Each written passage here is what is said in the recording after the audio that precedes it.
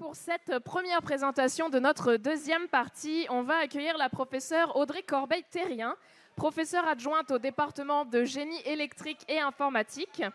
Elle a également une chaire en recherche sur l'intelligence embarquée en temps réel qui vise, si j'ai bien compris, à réduire les données des capteurs pour augmenter l'efficacité des instruments. Donc, professeur Corbeil, c'est à vous tout de suite. Je vous laisse le micro ici. Une main d'applaudissement, s'il vous plaît. Bonjour tout le monde. J'espère que votre breuvage est bien froid, parce qu'aujourd'hui, on le mérite bien, un breuvage bien froid. Mais ma première question, c'est, est-ce que vous avez déjà trouvé vraiment une bière super bonne, ou un vin, ou un autre, et vous avez pris une photo? C'est quelque chose que j'ai l'habitude de faire. Mais quand vous faites ça, en fait, vous êtes en train de générer des données. Okay? Donc, qu'est-ce que c'est une donnée? Une donnée, c'est, dans le contexte que moi j'utilise, une représentation de l'information pour que l'ordinateur le comprenne. Et dans ce cas-ci, ce qu'on fait, c'est que chaque petit point de couleur a un code. Un code qui représente la quantité de rouge, la quantité de vert et la quantité de bleu qu'il y a dans ce petit point-là. Et donc, toute l'image est constituée de ces points, de ces valeurs-là. Et l'ordinateur, ce qu'il voit, c'est ça. Donc, c'est juste une série de nombres qui permet de reproduire les données. Et vous comprendrez qu'il y a beaucoup de petits points dans ma photo. Et donc, ma photo, elle prend quand même un certain espace, une certaine quantité de données. Et dans ce cas-ci, c'est 2 430 000 octets. OK, des octets. Qu'est-ce que ça mange en hiver, des octets? Bien, je vais vous faire une petite comparaison. Si on compare juste un pixel, qui fait à peu près 24 octets, bien, on pourrait dire que c'est une mouche à fruits. C'est tout petit, c'est un petit point. Donc, ma photo, si je mets toutes mes petites mouches à fruits ensemble, on se retrouve à avoir une souris. Donc, quand même pas pire, une souris, ça se transporte bien. Mais si je vais un petit peu plus loin, puis finalement, ce que j'ai, c'est un film en 4K, eh bien, je suis en train de promener un orignal. Okay? Donc, une petite comparaison de qu'est-ce que ça veut dire de changer quand on parle de mégaoctets, de gigaoctets. On va y revenir à cette analogie-là. Donc, avec ma photo, je ne vais pas juste la garder pour moi. Je veux partager la belle bière avec mes amis. Donc, ce que je vais faire, c'est que je vais envoyer la photo à mon ami. Mais la photo, il faut qu'elle se promène. Fait que ça, rappelez-vous, c'est ma petite souris. Ma petite souris, il faut qu'elle se promène.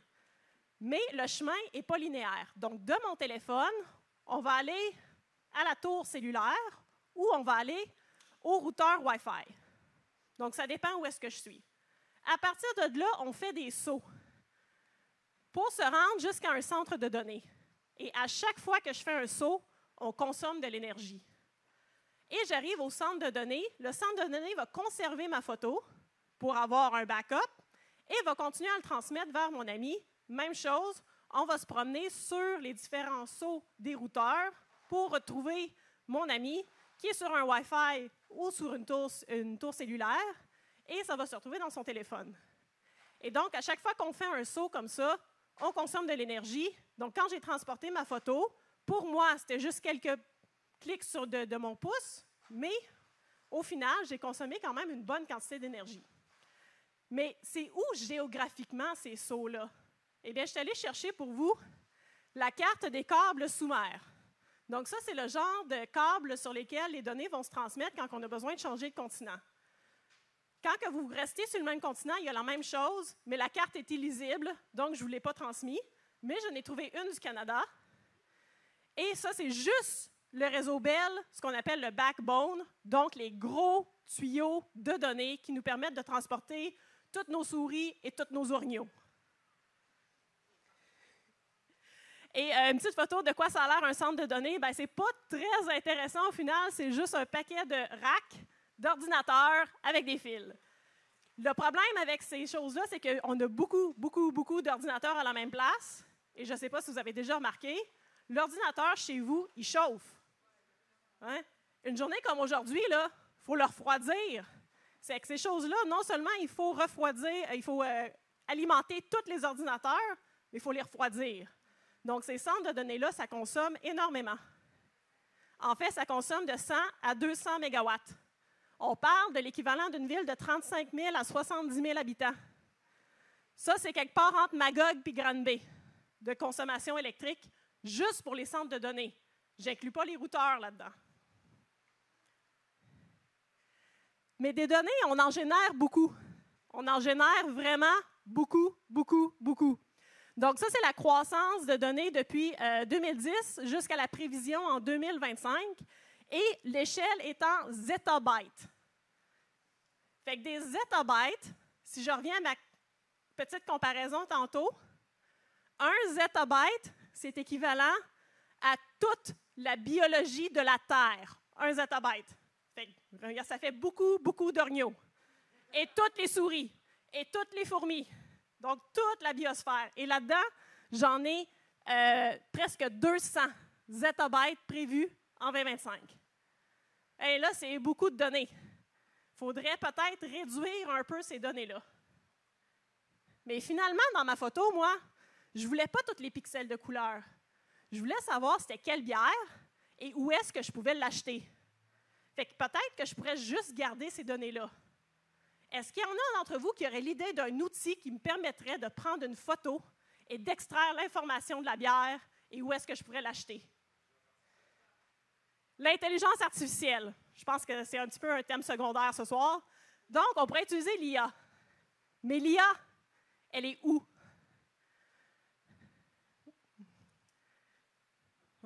Donc, l'IA, où est-ce qu'on va la mettre? En fait, on va venir la mettre dans notre centre de données. Parce qu'il y a beaucoup de réseaux de neurones qui sont très profonds, qui demandent beaucoup, beaucoup de calculs. Et ça ne marche pas sur mon petit téléphone. En fait, quand vous faites une requête ChatGPT, ça prend autant d'énergie que la batterie complète de votre téléphone cellulaire. Donc, on veut faire la requête dans notre centre de données. Donc, ça veut dire que nos centres de données, il va falloir les grossir. Il y a 2 ans, j'ai fait le calcul de combien consommait ChatGPT il y a 2 ans. Ça consommait autant que 10 000 habitations québécoises. Mais ça, c'était il y a 2 ans. Fait qu'est-ce que ça consomme aujourd'hui? Bien, le calcul est difficile à faire parce que là, on a explosé. On n'a plus juste ChatGPT, on a plein d'autres sortes, mais il y a quelques prévisions. Et une des prévisions nous indique qu'on va devoir ajouter des processeurs IA, donc des GPU et autres outils, dans nos centres de données, et ça va monter de 500 à 2000 mégawatts par centre de données qui offre les services d'IA. Et ça devient équivalent à une ville de 175 000 à 700 000 habitants. Donc là, on est rendu pas plus Québec-Montréal par centre de données. Ça va chauffer. Donc, l'énergie qu'on utilise pour transporter les données et l'IA commence à être non négligeable par rapport à toutes les autres consommations qu'on a. Donc, c'est quelque chose à prendre en considération. Quand on développe de l'IA, on est en train de développer des consommateurs d'énergie et donc des sources de CO2. Qu'est-ce qu'on peut faire avec tout ça? Bien, on pourrait utiliser l'IA. On pourrait ne pas utiliser l'IA par défaut, mais on pourrait concevoir de l'IA plus efficace. Présentement, l'IA n'est pas très efficace. Okay? Donc, on est encore dans les débuts. On développe l'IA et donc, sur les réseaux, on pourrait encore les améliorer. Mais on pourrait aussi utiliser l'IA localement. Donc, utiliser l'IA sur nos téléphones si elle est plus efficace afin d'éviter de devoir transmettre les données au centre de données et revenir. En plus, nos données restent privées parce qu'ils ne vont pas sur le centre de données. C'est ce que mon groupe de recherche fait. On travaille à mettre des réseaux de neurones sur des systèmes au edge, donc en périphérie. Ce qu'on peut faire aussi, c'est de faire attention quand on fait une recherche. Si on a juste besoin d'une recherche Google, pas besoin de demander à ChatGPT. Donc, on utilise beaucoup moins d'énergie. Si vous écoutez de la musique, souvent, c'est la même musique. Faites-en un download au lieu de réutiliser toujours un service de streaming. Même chose avec les films. S'il y en a qui mettent YouTube en background tout le temps chez eux, ça consomme des données tout le temps que c'est là. Mais surtout, les concepteurs qui sont dans la salle, quand vous concevez un nouveau système, pensez-y aux données que ça consomme rendues à l'utilisation finale. Donc, merci beaucoup et je vous promets, l'IA n'est pas proche de nous remplacer.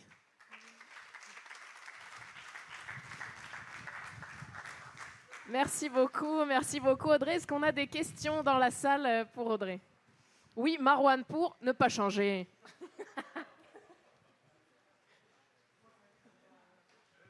Allô tout le monde, je m'excuse si je suis tannant, j'ai juste une très grande curiosité scientifique.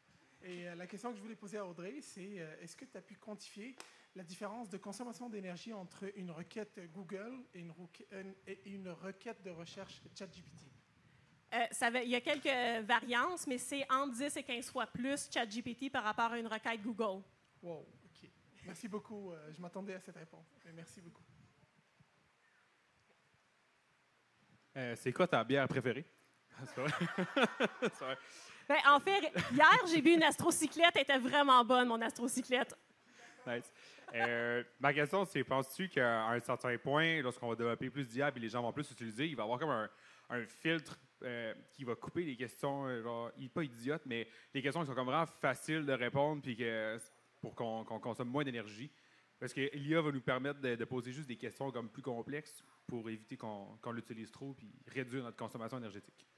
Je vais te renvoyer une question. Comment tu fais pour détecter que la question est idiote? Il n'y a pas de question idiote. Mais maintenant qu'on met un processus en place pour comme filtrer et dire bon, OK, ben là, on a pas assez de capacité pour répondre à cette question-là, range-toi. Donc, le problème, c'est vraiment de détecter la question. Puis la seule manière facile de le faire sans utiliser l'IA, c'est d'avoir une mémoire, donc une banque de données des questions, puis d'avoir donc des questions communes, on pourrait avoir des réponses automatiques. Mais on ne peut pas demander à un ordinateur d'interpréter une phrase sans l'IA parce que, par définition, le langage naturel nécessite l'IA pour l'interpréter. Donc, c'est le problème entre la communication des humains et la communication des ordinateurs qui utilisent des 1 et des 0. Ouais. Mais tu viens de répondre un peu à la question, là, avec une base de données, des questions que le monde pose fréquemment, puis il y aurait des réponses automatiques. Penses-tu qu'à un moment donné, on va aller vers ça ou on va tout le temps utiliser l'IA de manière aléatoire? Bien, ça, c'est la question qu'on pose à Google, parce que Google, c'est la base de données qui va répondre à ta question de manière avec une base de données intelligente, une base de données qui est faite pas avec l'IA, mais bien avec des bons filtres. Mais maintenant, s'il y en a qui ont utilisé Google sur Chrome récemment, ils donnent une réponse automatique de ChatGPT. Pas de ChatGPT, mais de son propre IA génératif. Fait que là, si les compagnies commencent à nous forcer à l'utiliser par défaut, on s'en sort plus. C'est intéressant, mais pré-encoder des images, par exemple, sur des téléphones, est-ce que c'est plus efficace de le pré-encoder sur 10 000 téléphones ou de faire le traitement sur un GPU dans un data center? Qu'est-ce que ça veut dire par pré-encoder des 10 000 par images? exemple, réduire l'image en features particulières, puis prendre ces données-là, puis transmettre vers le data center au lieu de l'image brute? Oui, ça va être plus efficace sur le téléphone une fois qu'on rend l'IA efficace. Et aussi parce que les données que tu envoies, ben, ils n'ont pas 10 000 sauts à faire. Fait que tu traînes peut-être une mouche au lieu d'utiliser une souris. Fait que oui, ça va être plus efficace, mais ça va peut-être prendre plus de temps sur ton téléphone.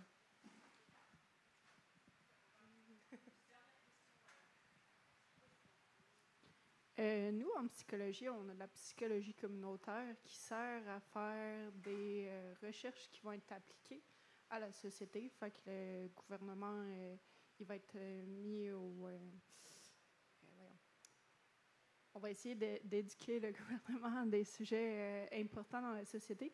Est-ce qu'il y a un peu ça dans votre domaine où est-ce qu'on peut justement aller dire aux gens comme by the way, que tu utilises le streaming, tout ça, que tu ne l'aies pas enregistré, que tu utilises YouTube en background, tout ça, ça prend hyper d'énergie. Tu sais, par exemple, mon amie à côté, beaucoup de choses que vous avez dit, elle ne le connaissait pas. On nous dit déjà, réduisez l'eau, faisait du recyclage, tout ça. Il n'y aurait pas une façon que le monde soit éduqué sur ça parce que c'est important. C'est extrêmement important. Donc, je me suis mis sur le stage aujourd'hui pour vous éduquer là-dessus. Mais je n'ai pas vu de campagne pour réduire l'utilisation des données comme on a pour réduire l'eau puis réduire l'émission de carbone. Donc, c'est vraiment quelque chose qu'il faut sensibiliser les gens parce que c'est trop facile, c'est trop invisible, le coût des données. Bien, c'est ça. Il faudrait que ça se fasse à grande échelle. Fait qu'il y aurait un moyen, justement, de faire que ta recherche rayonne plus que juste à l'université? Je sais pas, tu me donnes un budget de combien? Mais bon, j'essaie, là, aussitôt que j'ai des opportunités. Puis là, j'ai maintenant quelques contacts à Radio-Canada. Fait qu'on va pouvoir commencer à plus rayonner justement cette information-là, que les données, c'est pas gratuit. Demandez, est-ce qu'il y a un lien qu'on peut aller chercher peut-être par rapport à tes travaux ou pour diffuser l'information? Oui, ben, en fait, il y a quelques articles scientifiques que j'ai trouvés pour justement trouver les chiffres. Parce que moi, je travaille sur vraiment réduire les données. Fait qu'il y en a, mais en termes d'articles, si on sort du domaine de magazines technologiques, j'en ai pas trouvé. Je m'excuse, on va arrêter là les questions. Il faut qu'on passe à la présentation suivante. La fin. C'est ce que j'allais suggérer. N'hésitez pas à aller poser des questions à Audrey à la fin de nos 2 prochaines présentations. Merci beaucoup. Une bonne main d'applaudissements pour Audrey.